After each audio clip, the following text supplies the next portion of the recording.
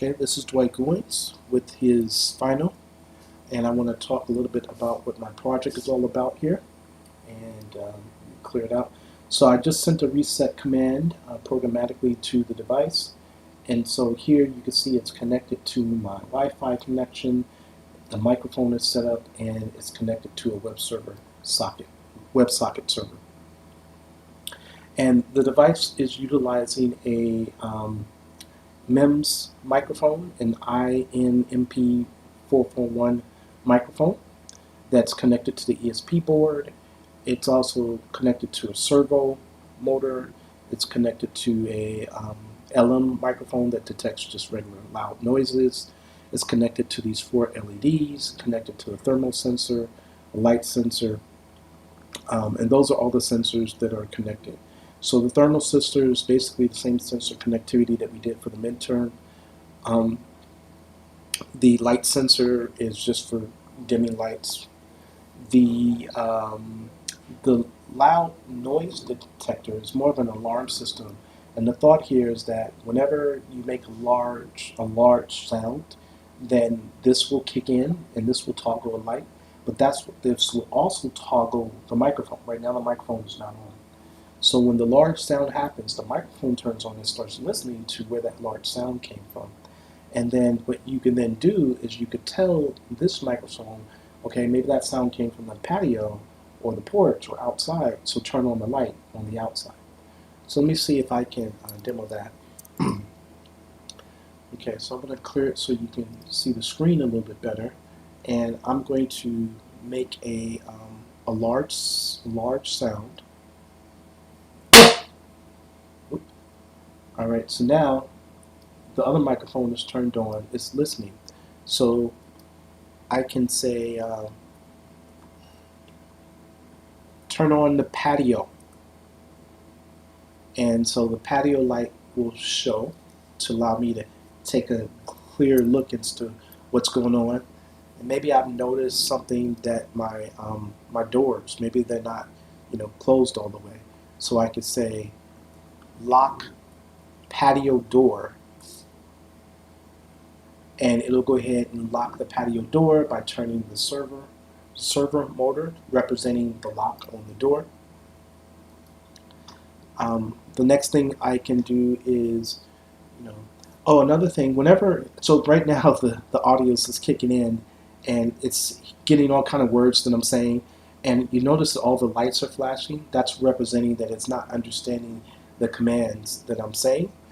So whenever I'm saying things and it's trying to understand what I'm saying, it'll flash all the lights, not recognizing my commands. Okay, I'm gonna turn the voice off. Toggle voice. All right. So here you can see that I've turned off the voice.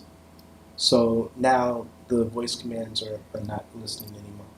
But again, if I were to make another large sound, then the sound would come in. And I think these are just some backcode events that are just coming in later. Okay, so we got the lock and unlock. We have the turn the light on. We also have the ability to turn on the temperature. Let me see if I can get my microphone back on. Sometimes it works, sometimes it doesn't. All right, so now my loud sawing sound comes back. My microphone is kicked in. So now if I can go,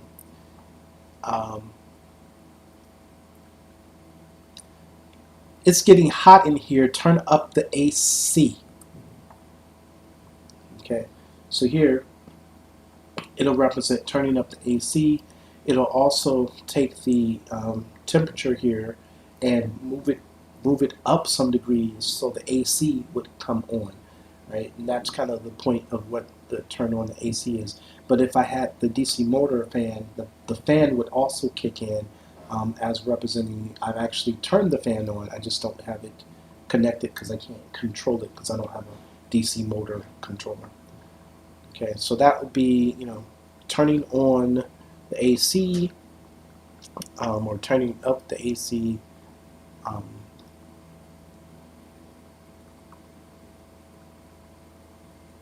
see.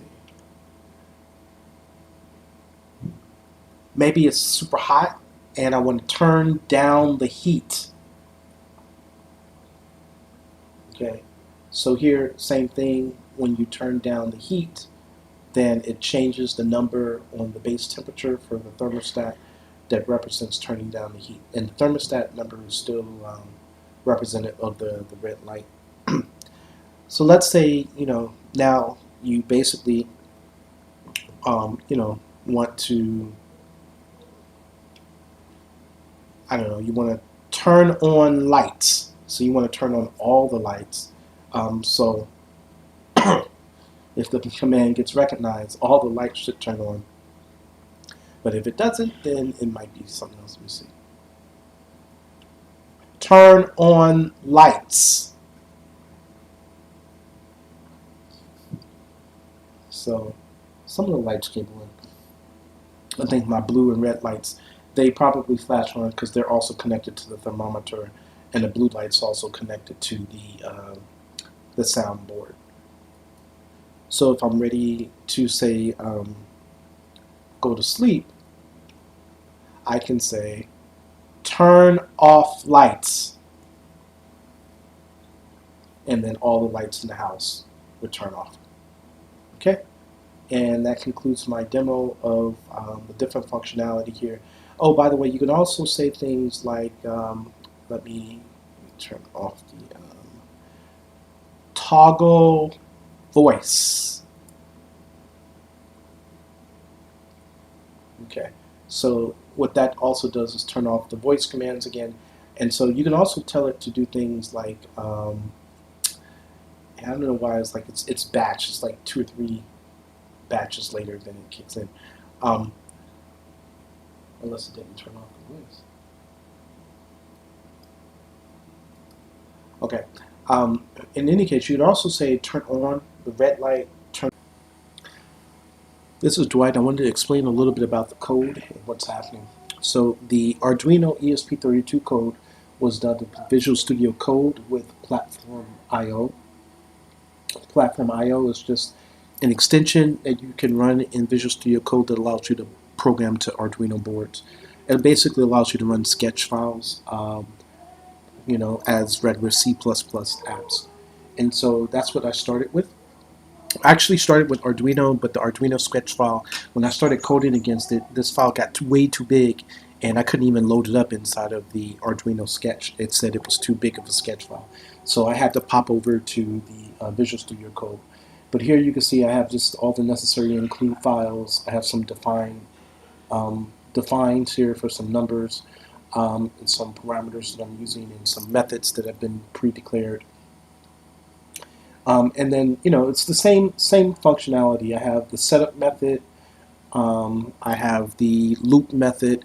Those methods are still here. So the setup basically does all the setup of the Wi-Fi connection.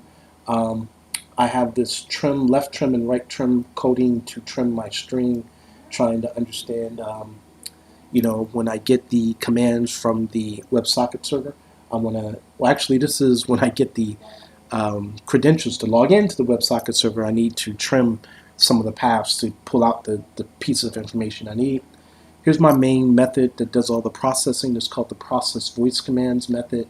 It goes out and it looks for these different words. Right? Am I resetting the device?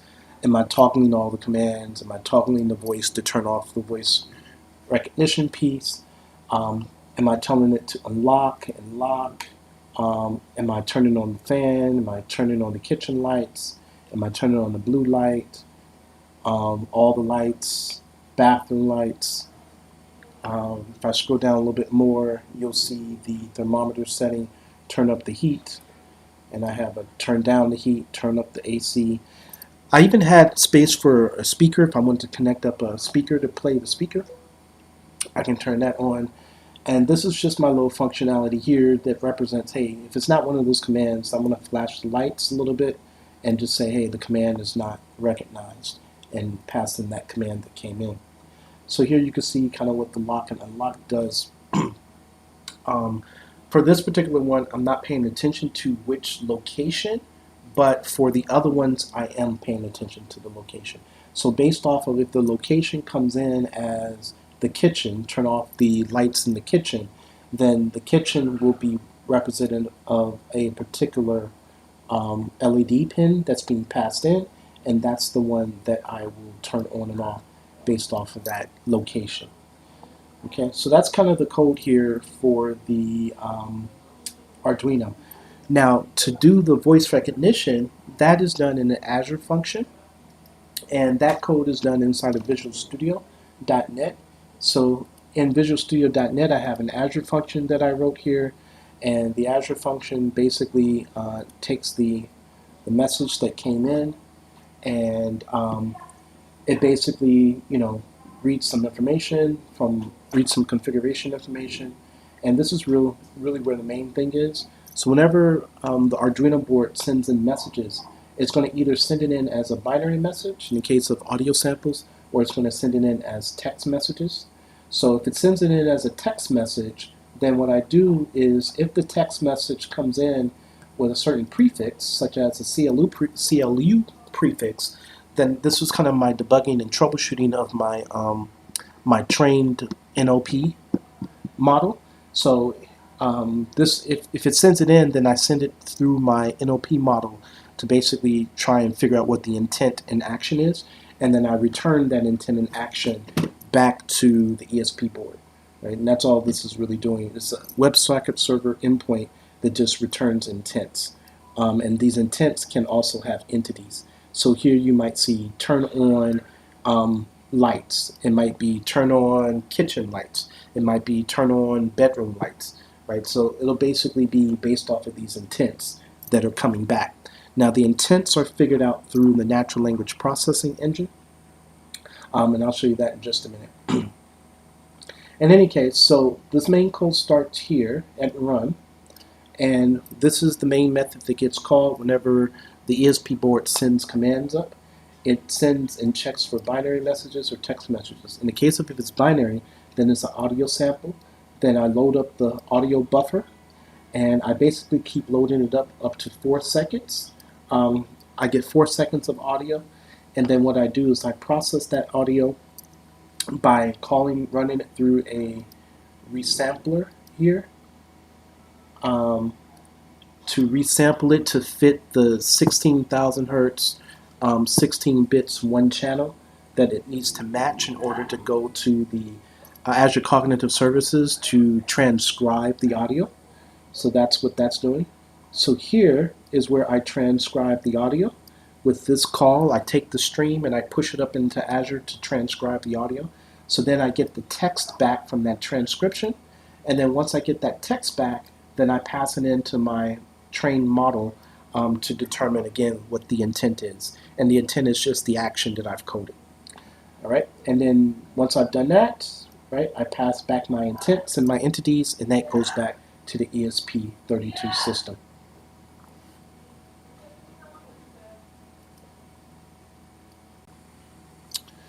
Okay, for my natural language processing engine, I had to train a model to recognize certain intents. So this was done through the Language Studio. So the first thing I did was I added some intents here to my Language Studio, and that's done by going in here, and I added some intents here. And these intents then allowed me to add some entities that I have. So I have a number of different entities: AC, fan, heat, lights. I have red light, blue light, green light, yellow light, freezing. Right. So I added the intents and the entities. The next thing I had to do once I had my intents, I had to label some utterances. So for example, my intents were lock and unlock. Toggle voice, turn down, turn off, turn on, turn up.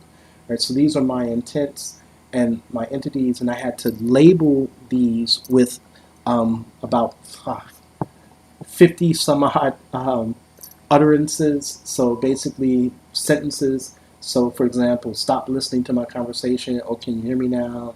Start back up listening, enable microphone, enable listening, enable voice. Right, so just different words that mean whatever this intent is. So I had to label these together. And then I tested it against some unknown words with a testing set. And then all of that, I ran it against a training job. And within that training job, I set it to be a 80-20% split of training, the 20% validation set and 80% training set. Um, and then when I did that, that allowed me to get a model that had an 80% F1 score, 80% precision, and 80% recall score. I didn't do so well on my entities though. If you take a look at my entities, I got 70%, 57% in precision, and 91% in recall. So I can, go back and add some more entities and more training to get this bumped up just a little bit. But I had to, run the training model, run it for, a little while.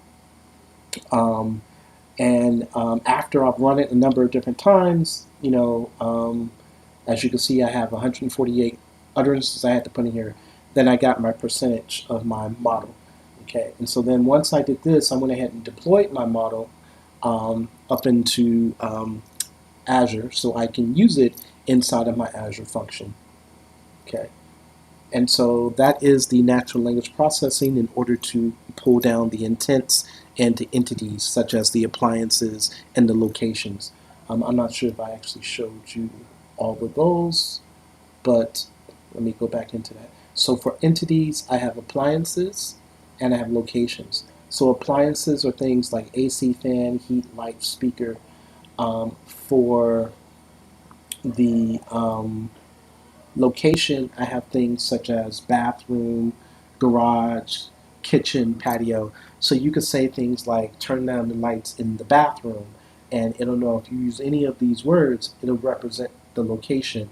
And I can use these words as the location inside the ESP to trigger a different pin to turn on and off a light.